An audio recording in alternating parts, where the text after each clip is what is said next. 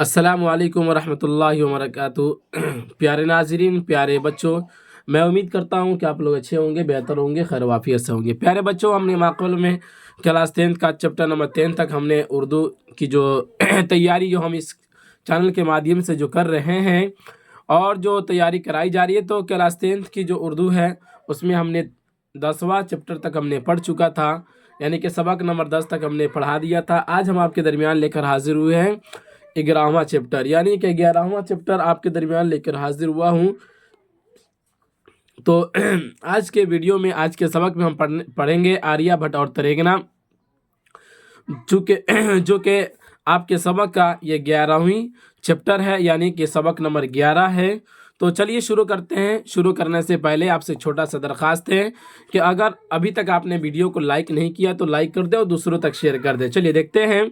आर्यभट्ट हिंदुस्तान के अहद कदीम की तारीख में गुप्त दौर को सुनहरा दौर कहते हैं। इस दौर के हुक्मरान इल्म दोस्त और इंसाफ पसंद थे। इस दौर में बड़े बड़े साइंसदान भी थे, यानी कि जिस दौर के आर्यभट्ट को कहा, जिस दौर के अंदर, जिस ज़माने के अंदर आर्यभट्ट थे, उसी ज़माने के अंदर बड़े बड़े साइंसदान भी थे। आर्यभट्ट जैसे अजीम साइंसदान का ताल्लुक़ उसी दौर से था, यानी कह लीजिए इनके दौर में बहुत बड़े बड़े साइंसदान इस धरती पे थे, मौजूद थे। वह अपने वक्त का अजीम माहिर इल्म नुजूम, इल्म रियाजी और इल्मुल जबर था। कहा जाता है कि मशहूर माहिर इल्म रियाजी पाइथागोरस की रहनुमाई आर्यभट्ट ने ही की थी। ठीक है ना, यानी कि पाइथागोरस ये भी बहुत बड़े साइंसदान गुजरे हैं, तो इनकी रहनुमाई करने वाले कौन हैं? आर्यभट्ट ही है। समझ रहे बात को? उसके बाद कहते हैं कि आर्यभट्ट की जाए पैदाइश के बारे में हतमी तौर पर तो कुछ कहना मुश्किल है, लेकिन क़राइन से पता चलता है कि पटना के मगरिब में खगोल में उसकी पैदाइश हुई थी। खगोल के माना इल्म नुजूम से होता है और आर्यभट्ट का ताल्लुक़ इल्म नुजूम से था, इसलिए करीने क़यास यही है कि खगोल ही आर्यभट्ट की जाए पैदाइश है।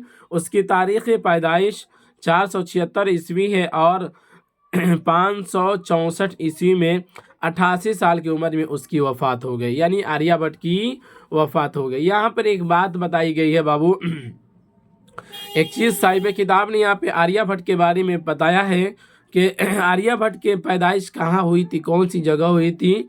ये किसी भी किताब के अंदर सरातन ये नहीं मिलता है, लेकिन एक करीना और कह लीजिए एक कयास यही कहता है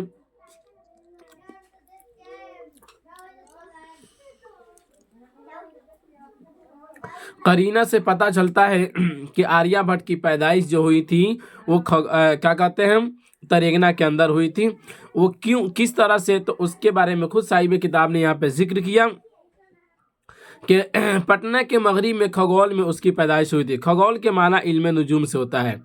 क्या होता है बाबू? खगोल के माना इल्म नुजूम से होता है, और आर्यभट्ट का ताल्लुक़ भी चूँकि इल्म नुजूम से था, यानी सितारों का इल्म, यानी कि ये कह लीजिए चांद सितारों के बारे में आर्यभट्ट ये रिसर्च किया करता था, उसके ऊपर मालूमात इकट्ठा करता था।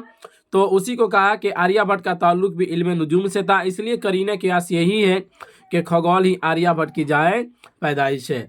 उसकी तारीख़ पैदाइश 476 ईस्वी और 564 ईस्वी में इंतकाल हो जाता है, और ये तकरीबन इन्होंने अपनी जो ज़िंदगी गुजारी वो कितने साल की? 88 साल की उम्र में ये वफ़ात हो गए। ठीक है ना। उसके बाद कहते हैं आर्यभट्ट के खिदमात, वो गुप्त अहद हुकूमत का न सिर्फ ये कि माहिर इल्म रियाजी था, बल्कि इल्म नुजूम के मैदान में भी उनकी खिदमात नाकाबिल फरामोश है। मौजूदा दौर के साइंसदान आज भी हैरत ज़दा है कि 1500 साल कबल के एक साइंसदान ने इल्म नुजूम के ऐसे उसूल वज़ा किए जो आज भी साइंसदानों की रहनुमाई करते हैं। साइंस के मुहक्किकीन लिखते हैं कि आर्यभट्ट ने पटना शहर से 30 किलोमीटर जुनूब में मसूरी के नज़दीक तरेगना में अपने तहक़ीक़ी कामों के लिए एक तजर्बागाह कायम किया था, और तरेगना ही में बैठकर आर्यभट्ट ने अपने मशहूर तसनीफ़ आर्य सिद्धांत और तंत्र को लिखा था। मतलब ये जितनी भी बातें कही जा रही है वो सब के सब इनके बारे में जिक्र की जा रही है कि इन्होंने कौन सी जगह पर कौन से काम को अंजाम दिए थे। तो अपने तहक़ीक़ी कामों के लिए एक तजर्बागाह कायम किया था, और तरेगनाही में बैठकर आर्यभट्ट ने अपने मशहूर तसनीफ आर्य सिद्धांत और तंत्र को लिखा था। वह दुनिया का पहला साइंसदां था जिसने अपनी तहकीकात से साबित किया कि ज़मीन गोल है और अपने महौर पर घूमते हुए सूरज की गर्दिश करती है। चुनांचे उस साइंसदां ने सबसे पहले सूरज ग्रहण और चांद ग्रहण के बारे में तफसीली मालूमात फराहम कराई। यानी कि आर्यभट्ट ही एक पहली शख्सियत है जिन्होंने लोगों को, दुनिया वालों को ये रोशनास कराया इस बात से कि क्या है, ज़मीन गोल है और वो सूरज की गर्दिश करती रहती है। तो ये मालूमात जो है दुनिया वालों को फराहम कराने वाले कौन हैं? ये आर्यभट्ट की ही ज़ात है। समझ रहे ना? चलिए उसके बाद कहते हैं आज इल्म रियाजी में आलमी सतह पर निज़ाम एशारिया की अहमियत व इफादियत से इनकार नहीं किया जा सकता, बल्कि साइंस के तमाम शोबों में निज़ाम एशारिया की अहमियत मुसल्लम है। साइंसी तहकीक का यह अजीम कारनामा आर्यभट्ट जैसे साइंसदां ने अंजाम दिया। यानी कि ये जितने निज़ाम एशारिया, यानी कि कह लीजिए आसमानों के अंदर की जो चीज़ें हैं तो उसके निज़ाम, उसकी तरतीब क्या है क्या नहीं है, तो उसके ऊपर ये रिसर्च चुके किया करते थे। तो इसके ऊपर इन्होंने बहुत सारी मालूमात लोगों को फराहम कराई। उसके बाद बयान करते हैं, कहा जाता है कि इल्म रियाजी में सफ़र का तस्वुर आर्यभट्ट ने ही पेश किया था। इल्म रियाजी का लीजिए हिसाब वगैरह का इल्म को कहा जाता है, जिसे आप मैथ कहते हैं। इल्म नुजूम के ताल्लुक से आर्यभट्ट की कई अहम तहकीकात हैं। चुनांचे मौजूदा दौर के साइंसदां भी सूरज ग्रहण 2009 ईस्वी को देखने के लिए सही जगह की तलाश व जुस्तजू आर्यभट्ट की किताबों के मुताला से ही किया। चुनांचे आर्यभट्ट की किताब में इस निज़ाम शमसी के सैयारों की गर्दिश, दूरी और मुख्तलिफ तारों के हरकत व सकनात पर अजीब व गरीब मालूमात मौजूद है। यानी कि इसके ऊपर, सितारों के ऊपर और उसके बाद सैयारा के ऊपर और निज़ाम शमसी जो है तो इसके ऊपर अजीब व गरीब मालूमात मौजूद हैं। आज ज़रूरत इस बात की है कि आर्यभट्ट की साइंसी तहकीकात पर असीर नौ तहकीक की जाए ताकि उसके अहम साइंसी इजादात से आज की दुनिया रोशनास हो सके। इसी अजीम साइंसदां ने सूरज के ताल्लुक से ये मुसल्लमा उसूल पेश किया कि हमारी ज़मीन सूरज का तवाफ़ करती है और सूरज अपने आप में क्या है, साकित है। यानी कि ज़मीन क्या करती है, सूरज का तवाफ़ करती है, सूरज का चक्कर लगाती है और सूरज जो है वो अपने आप में साकित है, यानी अपनी जगह पर ठहरा हुआ है। समझ रहे ना? चलिए अब आगे देखते हैं। सूरज ग्रहण के बारे में बयान करते हैं कि सूरज ग्रहण किसी सैयारा या सितारा पर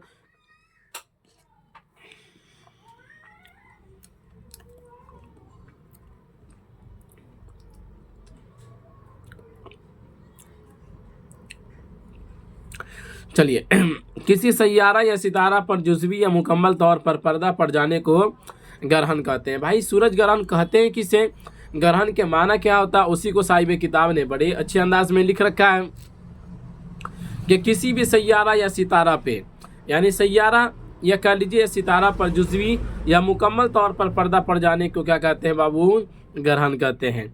हम ज़मीन के बाशिंदों को दो तरह के ग्रहण से वाबस्ता पड़ता है, सूरज ग्रहण और चांद ग्रहण। ये ग्रहण उस वक्त वाक़ होते हैं जब एक सैयारा या सितारा किसी दूसरे सैयारे या सितारे पर अपना साया डालता है। उस वक्त क्या होता है, सूरज या सितारा के अंदर ग्रहण लग जाता है।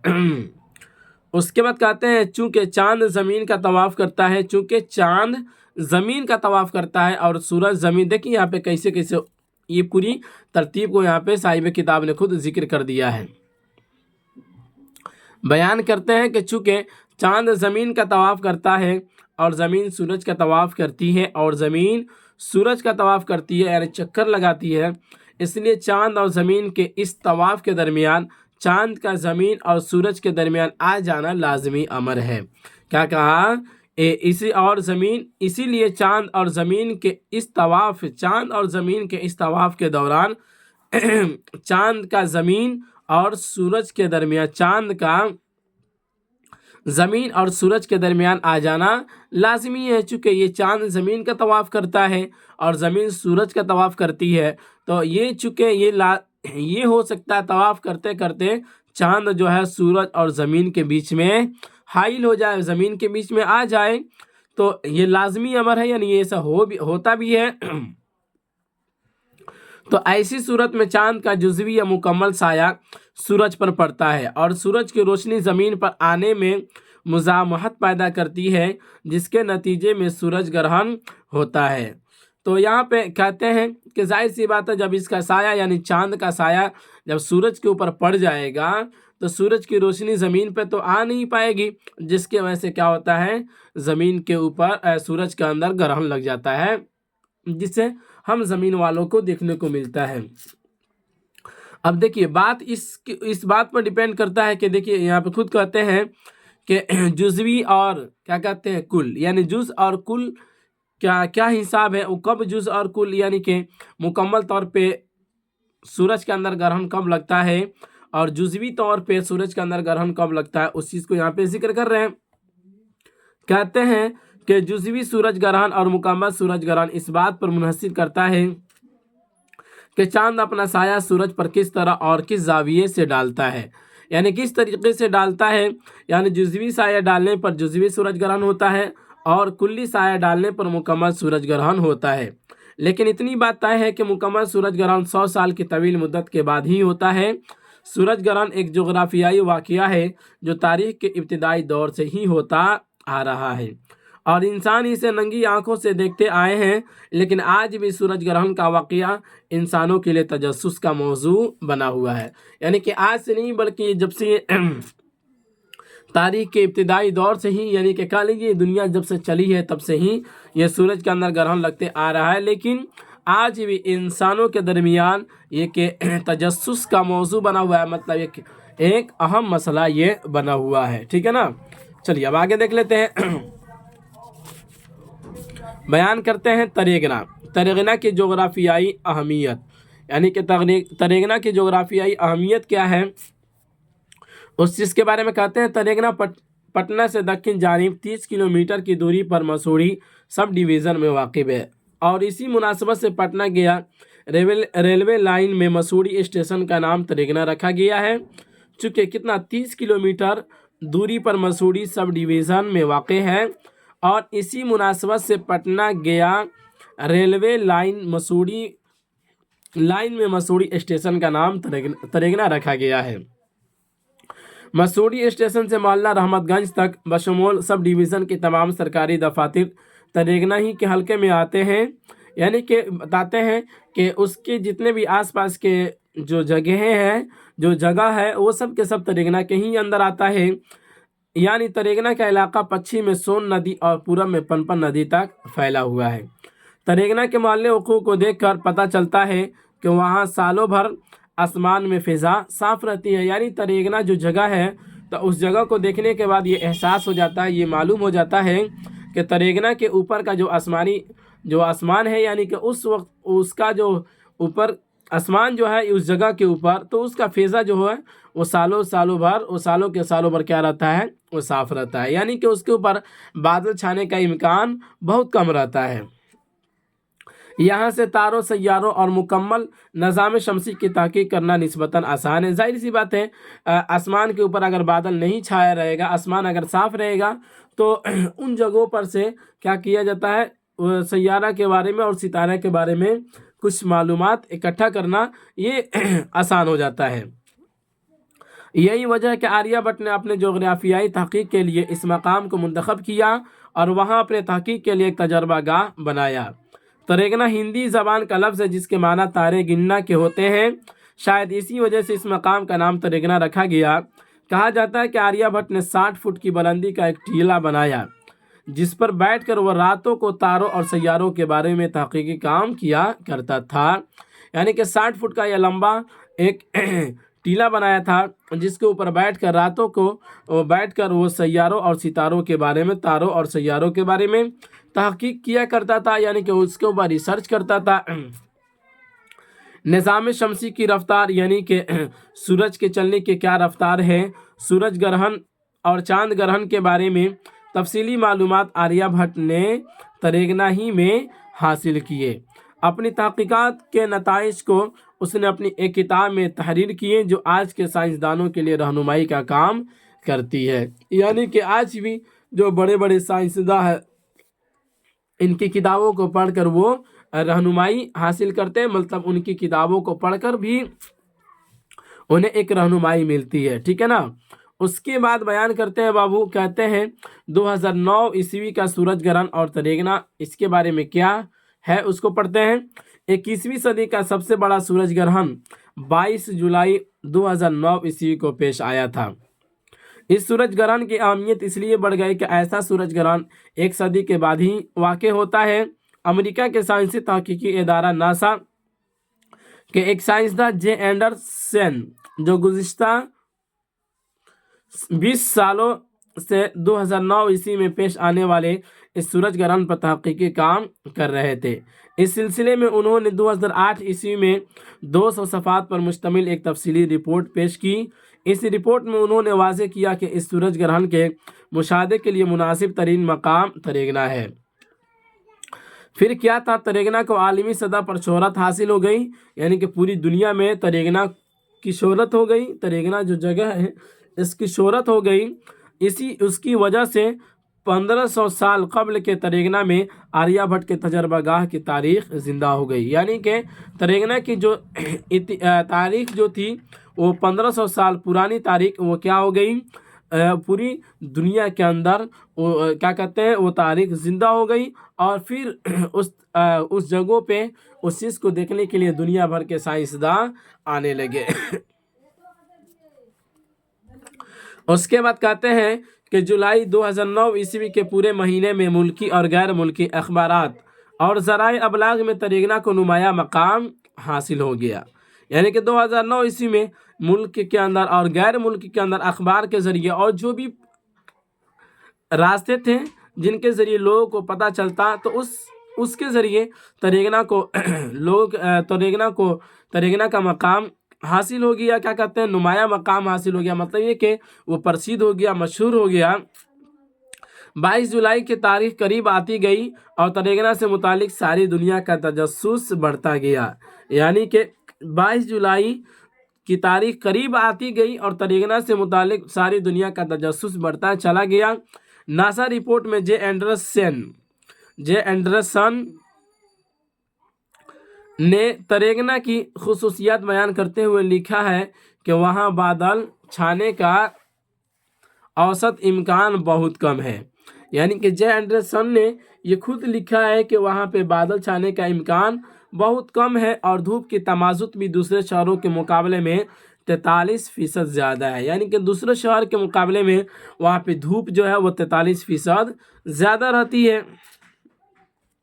इस सूरत में सूरज ग्रहण के नज़ारे और मुशाहदे के लिए तरेगना मुनासिब तरीन मकाम है, ठीक है ना। यानी क्या कहा कि इस सूरत में सूरज ग्रहण के नज़ारे और मुशाहदे के लिए तरेगना मुनासिब तरीन मकाम है। यानी कि सूरज के अंदर किस तरह से ग्रहण लगता है तो उसको देखने और मुशाहदा करने के लिए ये जगह जो है तरेगना जो जगह है वो मुनासिब जगह है, मुनासिब मकाम है। उसके बाद कहते हैं कि 22 जुलाई 2009 ईस्वी के इस सूरज ग्रहण का मुशाहदा करने के लिए मुल्क और बैरून मुल्क के साइंसदान बिहार की राजधानी पटना पहुंचने लगे। यहाँ तक कि अमेरिका के नासा और इसरो जैसी साइंसी तहकीकी इदारों के साइंसदानों की टीम भी वहाँ पहुँच गई।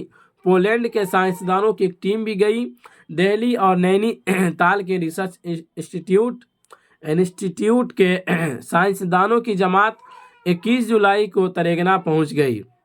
हुकूमत बिहार ने अपने तमाम आला अफसरों को नज़्म व नस्क संभालने के लिए तरेगना भेज दिया। जाहिर सी बात है कि जिस देश के अंदर बाहर के जो बड़े बड़े लोग आते हैं तो जिम्मेदारी होती है उन लोगों की खातिरदारी करना, ठीक है ना। तो उसी तरह से हुआ भी कि जब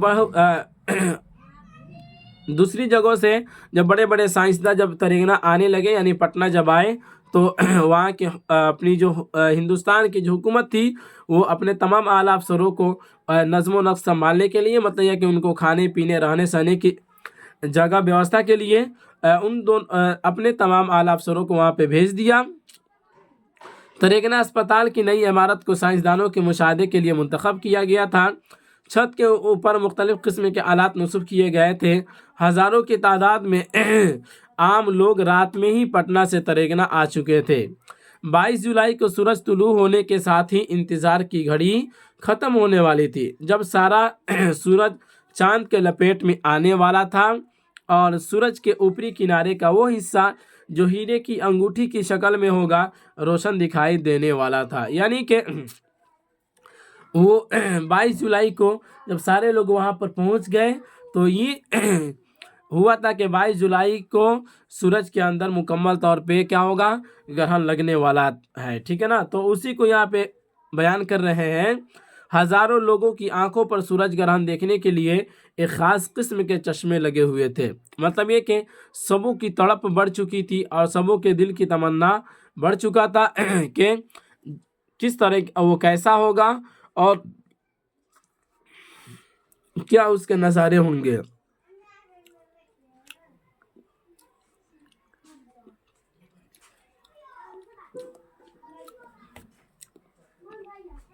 بیان کرتے ہیں کہ لوگوں کا تجسس رفتہ رفتہ بڑھتا جا رہا تھا، لیکن افسوس کہ تریگنا کا آسمان اچانک ابر آلود ہو گیا۔